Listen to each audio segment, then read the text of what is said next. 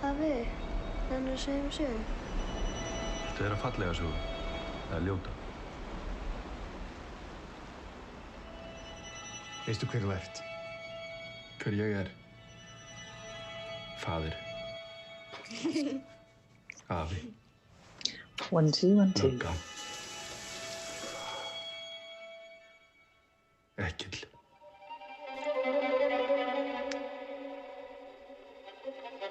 Þið tókst loks að safna kjarki til þess að pakka öllu dótinu hennar saman.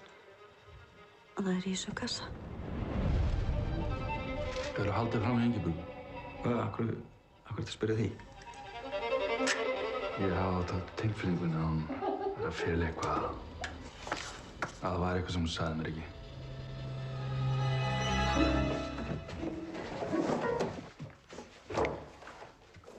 Tilbúin? Já.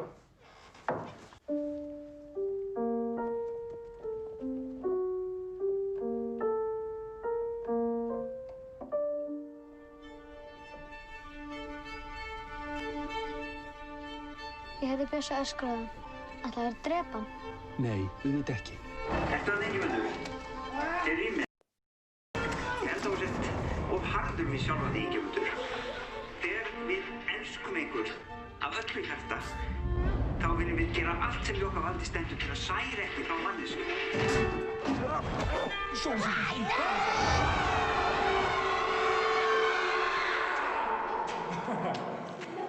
Hvernig myndirðu lýsa fullkomnum degi?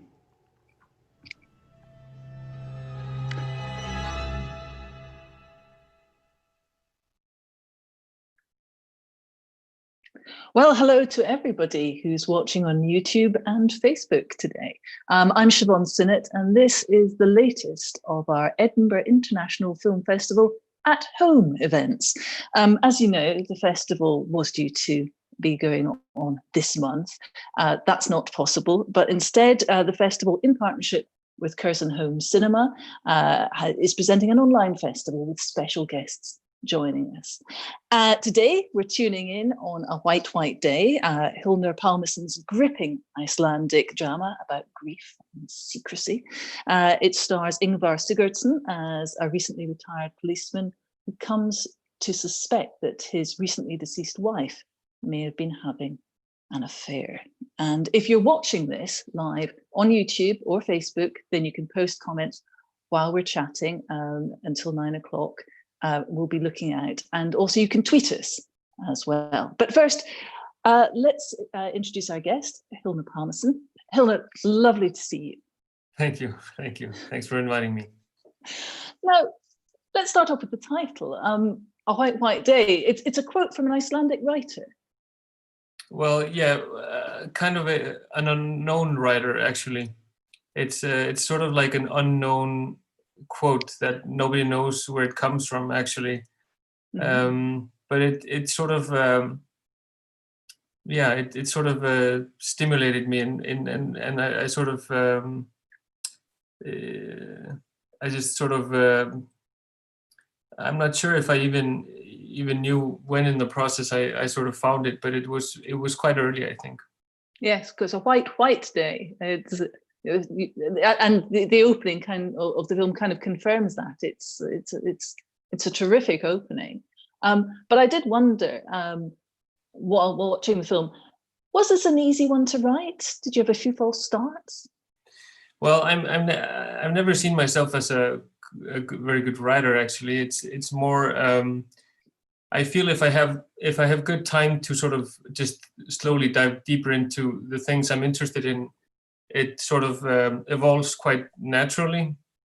I sort of begin to see the scenes, and I begin to hear them speak and hear the sound and sort of feel the movement of the film. So for me, it's very important that I have enough time to just sort of, like I said, dive deeper into the film. And I feel like it always emerges simultaneously. It's like it's never I never know the storyline in the beginning. I didn't know what would happen, and I think that's important for me also, that it's sort of, that I find it, that it's hidden, that it's kind of it feels exciting, so it has to be exciting and stimulating while you're working. I think it's very important for me.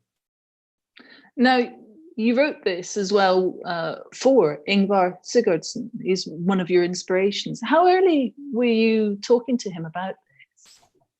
Yeah, I mean, me and Ingvar, we met when I was sort of finishing film school in Denmark, and I was. It was sort of my final. I don't know what it's called. My final film in the school, and we sort of just got along very well together, and I really had this feeling of wanting to explore more, and that we hadn't done everything. We were together for such a short while. So I told him about a project I was just started working on that was called The White Day, and asked him if I could write him into it, and we were good friends at that time, so he said yes. So I actually wrote it for him and for my daughter. She was only 4 years old or something at that time. Yes, we should say that your daughter plays Selka, the granddaughter. Okay, so she was 4 years old when you started writing this. She's a little older now. Yeah, was she all? I mean, did she take any coaxing to acting in your film for you? No, but I mean, I think we've been working together for a long time. We're always playing, and she's been part of some of my video work, and so she's like it's very normal for me filming or us making scenes or stuff. So it felt like a very natural step for her. So no, she's only been acting in my work, but it was. But I didn't even doubt it, inviting her into my films, because it's very much a family around me. It's the people I'm working with are people that I know very well, and it's the same people, and so it was very easy inviting her into the family, I think. So when you were saying that Ingvar appeared, I'm taking it that Ingvar appeared in your student film. Yeah, and that was the first time you'd worked together. Had your daughter appeared was this the first time they'd met? Yeah, they actually first met, I mean, quite late. I mean, he was here, I think we were prepping something, I think we were prepping, and he came here a couple of months earlier to shooting, and I had planned this kind of, dinner and stuff, but then he went to the swimming pool and accidentally met her in the swimming pool. So she just walked up to him and said like, "Are you Ingvar?" And he said yes. And then she said, "I think I'm playing your granddaughter," or something like that. I can't remember the whole story, but it's I live in a very small town. It's yeah. Well, I mean, it's a great way to meet up. Although who knows? But maybe we should have more actors meeting up at swimming pools. It would certainly break the ice. Yeah. But I mean, there are some lovely scenes together. I'm thinking particularly of that incredibly inappropriate bedtime story that you need to. Can you tell us a bit about directing the two of them, something like that? Well, I mean, for me, it's very much about finding people early, and sort of just meeting them and getting to know them a little bit, and it just sort of feels much more natural for me to write them. If I do that, I just sort of see them in my head, and it's easy for me to write. But with directing, it's for me, it's always very much about timing. Like when in the process of filming are you shooting this scene? If it's emotionally, if you have to be very, very emotionally present, and you have to sort of, it's a very pivotal scene where you have to have, the buildup of the story and etc. I would naturally put that sort of late in the process of the shooting. I think it's the time together we spend during filming is very important for me. So it's very important that we sort of calculate it story-wise and emotionally wise when we film it. This is sort of one of the most important things for me when I'm shooting. Directing, I don't know really what I do. I just sort of try to capture what I'm interested in, and I'm always very honest. I just say what I feel. I say what I see. I just say, this isn't working for me, or now something is happening. I'm not very intellectual, I think, on set. I think I just try to be very, go with the gut. Go with the stomach, I think. It's incredible focus that your daughter has as an actress. I mean, how do you keep her engaged in the scene and not getting bored? I don't know. I feel like some children are very, or almost like an adult. They're almost like they have pre-lives. And I always felt that she has had a calmness or an old soul. I don't know. And I mean, she's interested in it. She thinks it's fun. She likes playing. She's very playful, which I love. And I think that's and she also has humor, and she takes it seriously, but she also can just start laughing after a very demanding scene. So it's quite fun. You always hear this. People shouldn't have children and animals on set, but I really don't agree. I love having animals and children on set. So, what animals did you have on set? We had. On this film, we had a lot of horses. Of course, yes, you did. Yeah, and in the next film, we're going to have a lot of horses also, and some chickens, and some sheep, and yeah, we're going to have a lot of animals. Yeah. Well, I mean, I'd watch out for the chickens. I understand they've got really tough agents now. Yeah. I mean, I focused a lot on Ingvar and your daughter because it seems to me that their relationship is one half of two reflections that you have about the nature of love. I mean, the love for a grandfather and his grandchild. It seems very pure. It seems very direct. Unlike and far less complicated than the one with that Ingvar obviously has. With his wife. Yeah, and that was actually what interested me. This was sort of like the core. When I was working, I found out that like the core of the film was actually those two very different kinds of love, and I really enjoyed putting them together because he has this very, like you say, direct, unconditional love for his grandchild.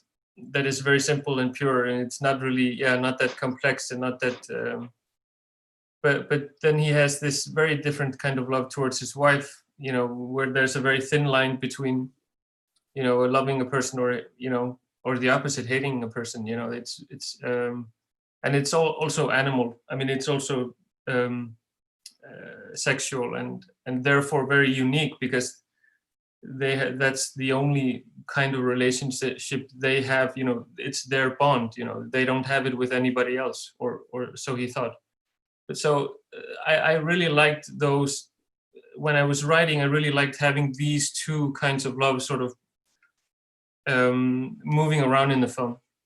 And I thought it was also interesting putting them together. Like, for example, when he's watching videos and he watches an old video of his granddaughter with his grandmother, with his deceased wife, and I really liked that. And then later seeing a very intimate video with them together, the Ingimundur and his late wife, and I really liked putting those things together. It just surprised me emotionally, and I thought that was interesting and worth exploring.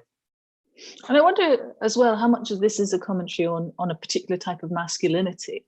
We see him often sort of burying his feelings into building a house or throwing a stone. He submerges his feelings into actions. I mean, is this a portrait of a particular kind of Icelandic masculinity, or is this a wider theme that you're approaching here? I think personally it's wider, because I have, you know, traveled a bit with the film, and I really feel that it sort of resonates in a lot of, you know, different places, and not necessarily only in the Nordic cold places, but also in the southern warmer places. So I don't think it's only the Icelandic man, but I think it's also very, you know, I think it's quite natural to sort of keep busy if you're sort of dealing with things you don't want to deal with, you know, sort of just to keep, if you're grieving, or if you're experiencing something hard and difficult, you sort of want to put your mind on something else and keep sane in a way, and you know, doing it physically, I mean, if you're physically tired, it's much easier to fall asleep. So I think those things were, you know, part of his process, his own process. Is it a generational thing as well? I mean, is it people of Ingvar's generation that embody this kind of strong and silent masculinity? Is the next generation a bit more open? Yeah, I think I don't know. I think the balance is probably different. You know, I think, you know, probably my grandparents thought, you know, the generation underneath them was, you know, a little bit too sentimental, or a little bit too something, you know, and we feel the opposite or something. I don't know. It is probably different. I mean, I think I've learned, you know, I always talk about my grandparents as like principled people that I really adore, and I really sort of try to, and I really feel that I've learned a lot from them. But then you have your parents that you learn different things, but you always have, you know, you agree with things and then you disagree. So it's always, you know, you take some of the good things and leave the bad things, and then you sort of I can't find the word, and then you sort of bring your children up the way you think is right, you know, with the, yeah. We've got comments coming in. Daisy on YouTube says, I really like this film, especially the relationship between the grandfather and the granddaughter, and the detailed study of grief, which is an interesting point. I mean, grief is another thing that, you know, we very much ruminate on in this film. I mean, is it something that has a very particular personal, does it come from a very personal place for you? Yeah, I mean, I think all my, you know, everything I do is personal. All my projects are personal, but I don't mean it in a way of it being my, you know, it's not my life, or it's not my biography. You know what I mean? It's not things that I'm experiencing myself necessarily, but I think the core feelings, you know, the core feeling of grief and the core feelings are definitely something that I'm either, you know, I'm exploring and that I'm dealing with, and that I'm, you know, but I never feel I'm doing private things. I think it's more just, yeah, it's personal, definitely. Yeah. Right. I mean, so I mean, to be more direct, this film isn't partly born out of you know, you being affected by a particular loss. No, it's more of I think it's the journey or the exploration of losing something, or feeling, or in the process of it's sort of like when I'm at a certain age now where I'm sort of losing my grandparents. Mm. And I think, you know, when you go through things like that, it starts to affect you and sort of eat itself into your work. Yeah. We've got a question coming in from Patrick and Christine on Twitter, who ask, who was watching on the CCTV screens? Who put the rocks on the road? Yeah, I mean, yeah, life is a mystery. I don't know.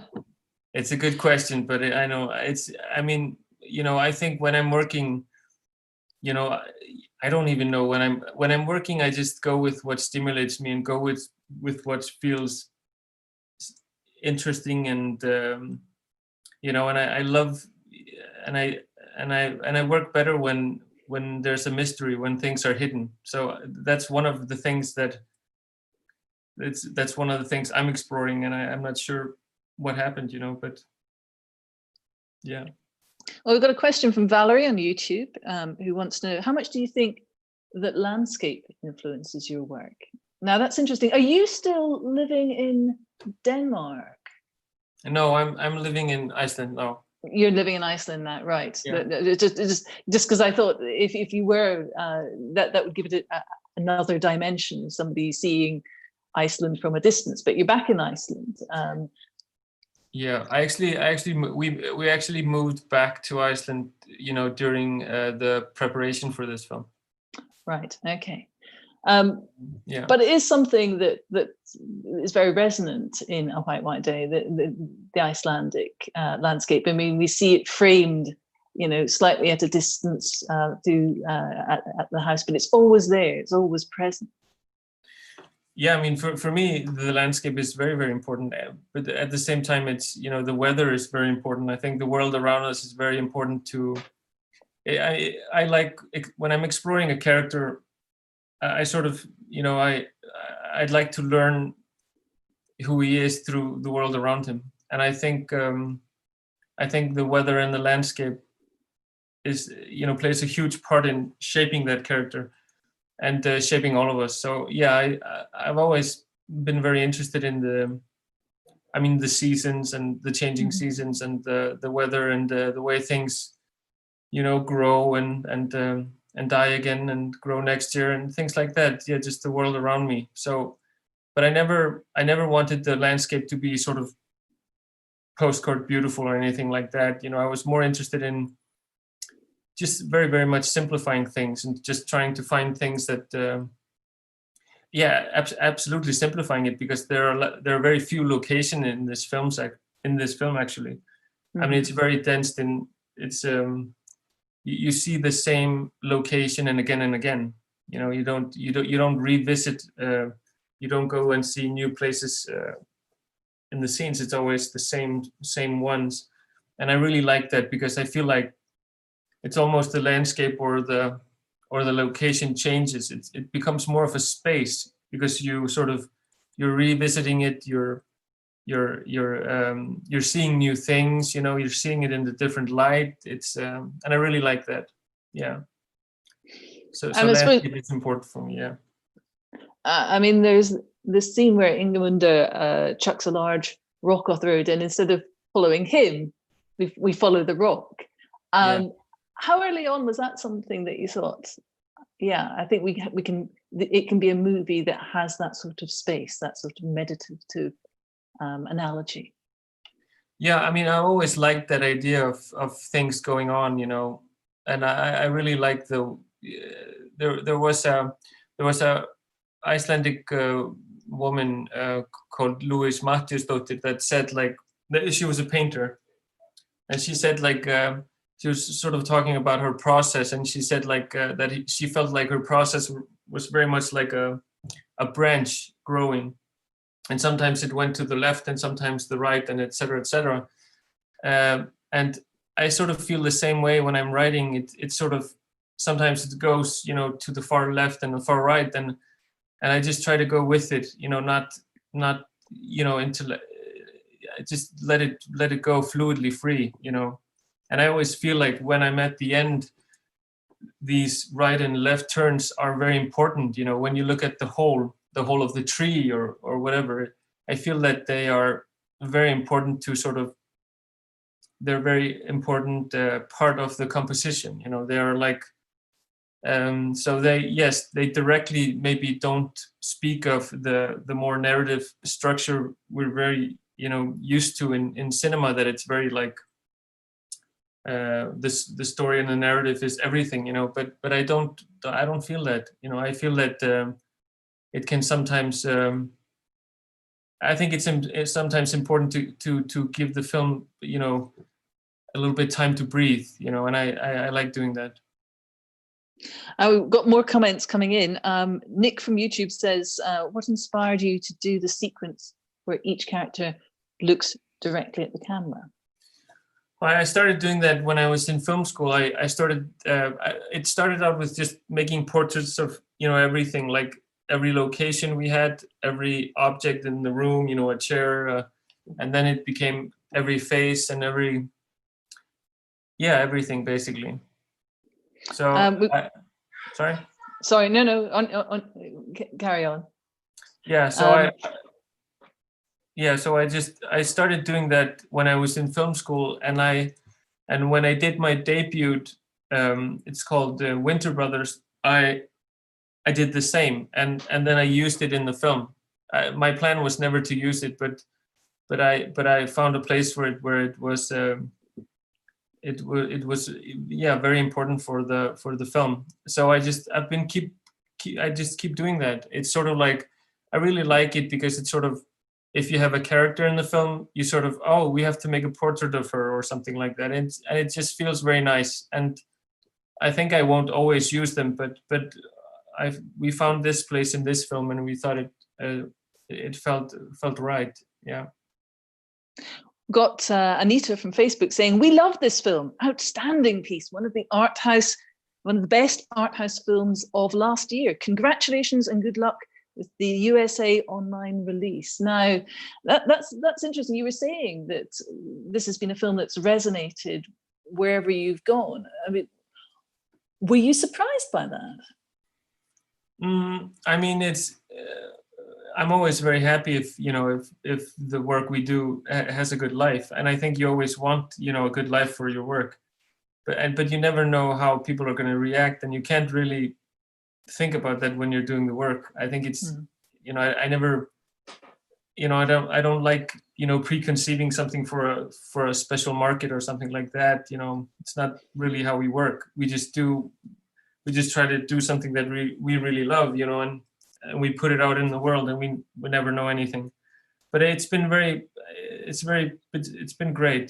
We're really happy that, and the most important thing probably, which sounds a bit silly maybe, but it's always, it's so important that you get to do the next project.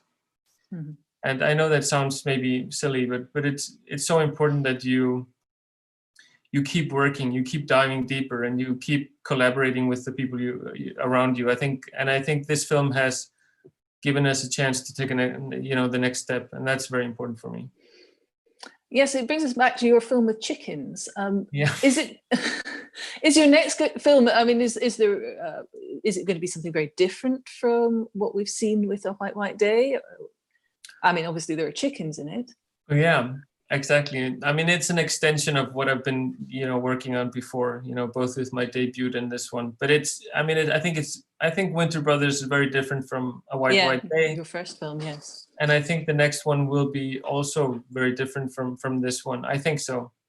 But I mean, hopefully it's a natural step forward. We're not trying to do anything different. We're just, the film temper, the temper of the next film is just very different, So naturally, it's just it's a different thing. Now we're getting near the end of our time. I see that Dave on YouTube wants you to tell him a little bit more about the astronaut TV sequence, please. Yeah. I mean, people ask me about that, but it's sort of like the branch I was talking about. It sort of goes a little bit AWOL, it goes a little bit too much to the right or something like that. But I remember when I was writing it, I just enjoyed writing it, and I found it funny, and I found it, a bit crazy, but I also found, a truthfulness in it, and it sort of fitted with the way I was sort of shaking the scene, the sort of buildup of the tension of my main character and the world around him, the baby crying, him working, and all of these things sort of combined. So it's a part of the puzzle, I don't think I can explain it more than that. Then it's like this branch that goes a little bit too far to the right, but I think it's part of the tree. I think it's part of the whole experience, and I think that's why it was very important for me. That's why I didn't cut it out, because I remember one of the people, I think it was one of my sound designers. He said like, are you gonna keep this scene, because he thought I would cut it out, you know. But no, I think it's important. Yeah. Hylnur, unfortunately, and most sincerely, I think that we're getting low on time, which is a shame because we've got so many questions coming in. But I think we're supposed to be finishing at 9. We're slightly over 9. So we'd like to thank you very much for joining us to talk about White White Day, and also to wish you best of luck with those chickens. Yeah, thank you. Thanks so much. Thank you for the dialogue. Thank you.